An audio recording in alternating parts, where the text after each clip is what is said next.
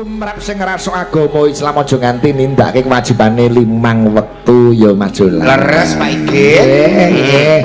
Memang lagu pepeling ngelingke marang aku lan kabeh. Coba presiden sing saka Blitar Jawa Timur Pak Yosi Dian Pratiwi. Tebih niki Pak. Wah bar nganggo kudung jilbab. Kok ketok le. Ngarepe kayak uplek persis nih. Jemeneng Mbak Yosi. Padang bulan dalu Mbak Yosi. Rajang dalu pujange bali mbok sugeng dalu. Assalamualaikum warahmatullahi wabarakatuh. Waalaikumsalam warahmatullahi wabarakatuh. Mengucapkan nopo dateng PT Puja Perkasa ingkang ambal warsa utawi ulang tahun kaping 17. Anjih, mugi-mugi PT Puja Perkasa semakin ngrembaka sukses dan berguna. Amin, amin. Pancen dadi yo dalan iso alus, jembatan pirang-pirang iki saka berkah iki PT Puja Perkasa. Lah nggih to. Nggih bangun ning IKN iki kono. Pirang-pirang. Nggih. Iya. So insyaallah kanca-kanca dikanthi Bobo Hanafi ning IKN. Wayangan ning mriko. Wayangan sik ruwatan sak jam baru terus wayangan. Iya. Siap. Mergo ning IKN kono iki perlu diruwat. Terus panggonane kersane tambah aman nyaman. Oh nggih, heeh. Mbak Yosi ora ijen ya dikancani karo Mbak Elisa karo Mbak Lucy no. Mau jenenge bintang tamu. Lemah lembut. Aku suka. Iya. Mbak Lucy sing lemah lembut. Aja gayemi, to yuyu. Ngono ke jare ape anu dia. Saya gedhi delok gedhi kok. Awakku saya cilik. Saya cilik. Awakku saya cilik. Ini Mbak Lucy kalian Mbak Elisa. Nah, kene Dek Elisa kene. Panas melaku. Medion Jakarta janji rukun tetap merdeka. Inilah pondasi yang penting untuk keluarga besar PT Puja Perkasa, persatuan dan kesatuan guyub rukun. Mulai iso ngembang rembaka mereka menjadi Bobo Haji Hanafi iso ngomong iso ngrukunke berbagai elemen. Seiring dan sejalan. Nggih. Syukur bagi mengke Bobo Haji Hanafi kersa minggah panggung. Wah. Paring dawuh. Tempang to Pak Igit. Nggih. Nek mboten nggih perwakilan Pak Karmito ya ora apa-apa. Nggih. Monggo nika katuran sakmenika Mas Andi rawuh ya yo dikancani nggih. Niki request-e wae caping Gunung Jenggeleng. Niki digenti sing rada sigrak padha jenggeleng. Leres. Gerajakan Banyuwangi ning di Jenggeleng. Cocok. Iki wae pun diti Mbak Lucy, aku pengen muni gerajakan ngono. Alah kok provokator kowe melu tak cemplung. Ora provokator aku krungu Aku dhewe. tak bisingi lho tak mau ngene tak bisingi ngerti lek bisingi. Nduk aku tak tengah kene ben ketok cilik. Lah aku disoting ning ngiri kan kaya bom nuklir kok. Isin Aku ora ngono, sumpah kondo Mbak Yosi ngono. Dik matur Pak Igit. Kandhane kok. ngerti ala ning video aku isin Mbak Elisa luwang sing awake sak mene lho. Aja pola ngeno kudungmu cepat. Lah iya. Aku anu setanku rodok panas. Kaya Supermi. Aku nyuwun sewu lho Mas Igit ini malih aku mang ngene-ngene. Piye Mbak Lucy? Sowan Pak Haji ki Jawa aku ya kalem ngono lho. Dadak dikuwendangi karo Sontoloyo kae tolan ranggenah isin aku. Wong ki asline ngono ki Mbak kudu apa ya ngono Lah kuwi. udar kabeh. Ben ora usul dincepne papak. Apa dialteko ngono apa ya. Wis Sontoloyo Mas Rangga karo Mas Bari to. Nggih. Weh, dek sawan digolekke tempat transit istimewa. Karo Pak Haji wonten Hotel Amertas. Bareng cah loro arep adus kok terus ndodok kamarku. Kok saged? Kenapa? Iki Mas Bari ndodok. Pak Igit napa? Arep adus kok ora ono ciduke. Iki nganggo shower. Ora pengalaman. Nek ke shower gebyur rai kaget. Kowe tak los aman mau. Wis mangan apa iki kari pesen ngono aku. Ayo mau didhawuhi Pak Karmito karo Pak Hanafi ya. Dak layak dibebasno. Bayar mau rumah sana. Dikira gratis bayar. Coba dijengkleng Jo. Siap. Urut Mbak Yosi, terus Mbak Lucy, terus Mbak Elisa. Siap. Ya sih iki beni ikleru. Lah piye ta? Lah aku malah ra iso mengurono lho, Nduk.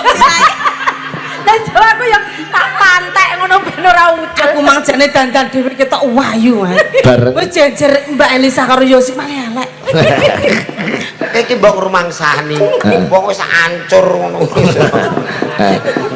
Kowe cewu kaya rupane otro-otro. Lah kowe iki diwedhaki karo wedhus kowe sing ganteng wedhusku. Lah tek doyan mbek wedhusmu. Lah iki rono nyun sewu Mbak Elisa ning nggon aku lho. Let seminggu kok wedhusku padha meteng kabeh. Ngono. Lah kira-kira kemetu kok brojol sirahe kaya Bathara Kala iki. Wong aku jane kepengin mbek wedhusmu tok, awakmu kok melok jengking. Wong edan. Jengleng yo sik. Nah iki Mambiat mayo. sing patut iki. Anak pitu gaweane ijeh nyes. Gede jengleng Mbak Lucy. Wis. Ya, Ambek jengleng sono.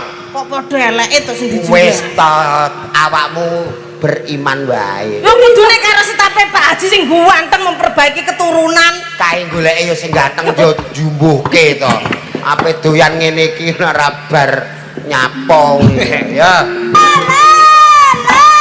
Ngunyuk-ngunyuk medun. Kok malah nangkring? Kowe ngerti ra sopan bengi iki? Puja perkasa. Lah piye kok jabar? Ha iki nyatane ditemplek ya iso panggah Pak. Rumah samu nyemplok sedel Vespa ngono piye? Aku bareng celok kene kok kaya andeng-andeng. Cilik ngono. Awakmu Ora sudi. wis toh gampang urusan iku. Iki lek gendong ke ora pas ngene iki. Ya piye toh? Kala-kala ge netizen roh nek awakmu iki puja perkasa. Ganti Elisa. Mbak Elisa. Ini sing ancur-ancur ini. Rupane dhewe kok nyambek ngelokne kancane hancur. Alah wong kene kok ya. Disimak saking Taiwan Mbak Ira. Mbak Ira. Biasa. Sembah nuwun salam untuk semuanya. Halo Taiwan, Sisie. Posisi. Lah apa wi? Nahwa, Nori, Ima. Si kau diap. Oh si kau. Ayo dijegleng, mumpung disimak juragane racaan Mas Komir, ke Manyaran, Pak Edeli, Wonocolo, Jonegoro, sembah nuwun. Sing apik Mbak Elisa ditenggani Pak Jumbo. Nggih. Pak Jumbo sugeng lenggah. Nah, Wong wedok seratenane dhewe-dhewe. Oh, iya. Ono akeh bolae. Nah. Carane goyang-goyang luar. Nah. Aku goyang dalam. oh kono to. Goyang dalam Piye ini. nek goyang dalam ki piye? Merem aja gitu dirasakno goyange. Wah. Merem. Iki lho. Ini Baje, ngerti kok. Cantik sejati ngene iki goyang Iya dalam. iya.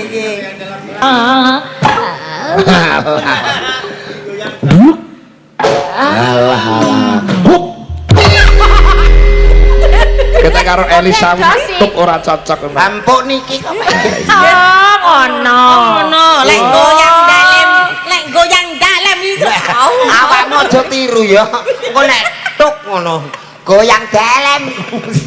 Iya sih. Balik mana nih? Iya. Ya. Bejo kowe aja rupa remuk iso jejer wong ayu-ayu. Alah ya pendak nek ngene iki ning omah ya kesiya-siya kok kae. Ya sing ajur-ajur rene. Tra yo bener sampean ndek bojo kaya Mbak Yosi, Mbak Elisa mulus-mulus ngono kuwi. Dadi pama metu anakmu malah kaya ula weling. Lorek. Pak wireng bibuhe. Ha nek lair tinggalan malah lo langsung kaya polisi tidur. Ayo disimak Mas Yono saking Sudo niki ya lelekan karo Mbak Mardi komplit. Mbak Mudin Sambong. Oh, Mbak Jarman. Iya. Mangga ya.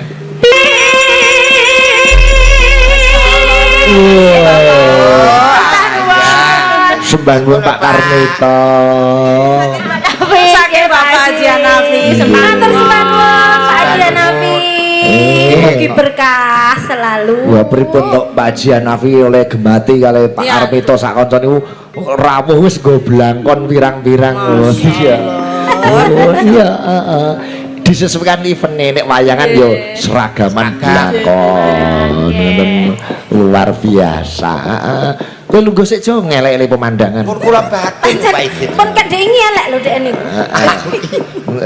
Wah iki kowe kudu manuh kali Pak Jumbo kenalan. Nggih. Sapa ngerti iki terus dijak ning Gunung Merapi. Ajeng Gitu, Mbak. Wayangan. Oh, mas aku deleh kawah. Nanti cemplung nek kawah rumah Ora apik tak dadi jolang guling. Gerajakan Banyuwangi 3 bidadari dados luar biasa. Bidadari. Pengerawite cakrak-cakrak sigrak-sigrak. Ngapa Mbak Lucy karo Mbak Elisa kok lungguh? Mangkane Bintang tamu rumangsane awakmu iki spesial. Kok arep Mbak Lucy kok arep ndekem. Lah iya kok kaya dulure sing nanggap. Lah kan aku karyawane Haji. Lah ya bagian apa Mbak Ida Lala iki ngadane. Oh, ngene-ngene Mbak Ida Lala. Wis to ngene genep ping 10 gajiku lak mlotrok. Aku Mas aku dandan mau yo ayu dhewe jajar sindene Pak Sigat Ari-ari. Arianto. Ari Mama. Arianto. Mamila. Arianto malu elek. Awakmu nek dandan ki latihan nawar dadi iso madake. Lah ora dadan ning petengan. Ayo kaya grahana. Selamat malam Mbak Ida Lala. Selamat malam Mbak Yu Cange, Mbak Limbo. Ulang tahun PT Puja Perkasa yang ke-17. Wah, luar Mengucapkan apa Mbak Ida? Khairun nas anfa'uhum linnas. Nggih. Berguna, bermanfaat untuk sesama. Ngaten nggih. Nggih. Yo so 95. Hah? Ya 95 iso 95 piye to? Iya. Nggih, wajan. Elok iki. Coba lagune Katresnan Sejati wong telu. Wang welek neh mundaan. Nggo elek-elekan yo, Mas. Aku kok sing kok saurunge mak cangek ngendikan aku semire. Usule Mbak Ida, sok nek pas umroh julang kon ngejak jarene ndek. Ndek kan undiane tiba Mbak Ida, sok tahun ngarep umrohe kowe kon ngejak. Nggih, Mbak Git. Bayar. Lho nggih ora apa-apa to wong melu kok. Oh iya. Kok darani umroh nunut. Member ya, member ya. Iya, mengangge BPJS nggih, Mbak. Ora. Aku nek ngajak kowe numpak pesawat iki aku sumelang. Lah pripun to ya? Nggih, coba. Sandal wis copot kok. Sesuk nek anu ngasta sendal aja diuculi lho, Lah Mas. kok ora entuk diuculi to, Mbak? Lah ono karpete lho iki. Iya iya, ning rak kuwi ora mlebu musala dadi ya diasta. Oh iya. Ning pesawat iki sandale sepatune tetep dienggo ora dicopot ning tangga, julang ngisi-ngisine wong. Gayane ngandani wong mak cangik dhewe munggah motor mabur ya dicopot sepatune. Aiket ya. Aku nek diamuk petugas. Apa sendale nek blethoke? Ana. Copoti kabeh. Nggih. Katresnan Sejati filosofine kanggo naleni katresnane keluarga besar PT Puja Perkasa. Luwih tresna lahir batin, luwih supeket, luwih kekadangan, Ngaten. saya guyub ben PT Puja Perkasa ki lancar sak kabeh. Amin ya rabbal alamin. Cintailah pekerjaanmu, maka pekerjaanku akan mencintaimu juga. Aku akan mencintaimu. Ora. Iya. Rahum aku. Loh, Katresnan Sejati 3 bidadari. Dados. Luar biasa. Mas Jolang perkara lelagon sambung nggon goro-goro. Derekaken mak cangik. Iki request lakon ya kuwi Semar Bangun Pura Kencana. Tanpa beda menjadi visi dan misinya PT Puja Perkasa bersama ikut membangun negara. Iya coba babare lakon kaya ngapa cawe sesaji mundak nampa duka. Ya nak.